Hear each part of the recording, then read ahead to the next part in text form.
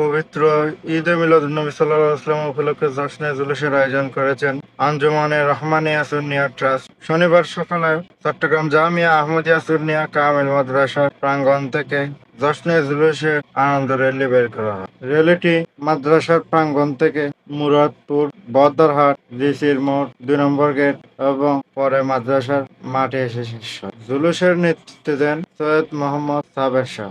বিশেষ অতিথি হিসেবে উপস্থিত ছিলেন সৈয়দ মোহাম্মদ কাসেম শাহ মাদ্দাজিল্লাহ। পরে মুসলিম উম্মার শান্তি কামনা করে দোয়া করা হয়। ফিলিস্তিনের নির্যাতিত মুসলিমের জন্য আল্লাহর বিশেষ রহমত কামনা করে এ সময় মুনাজাত করা হয়।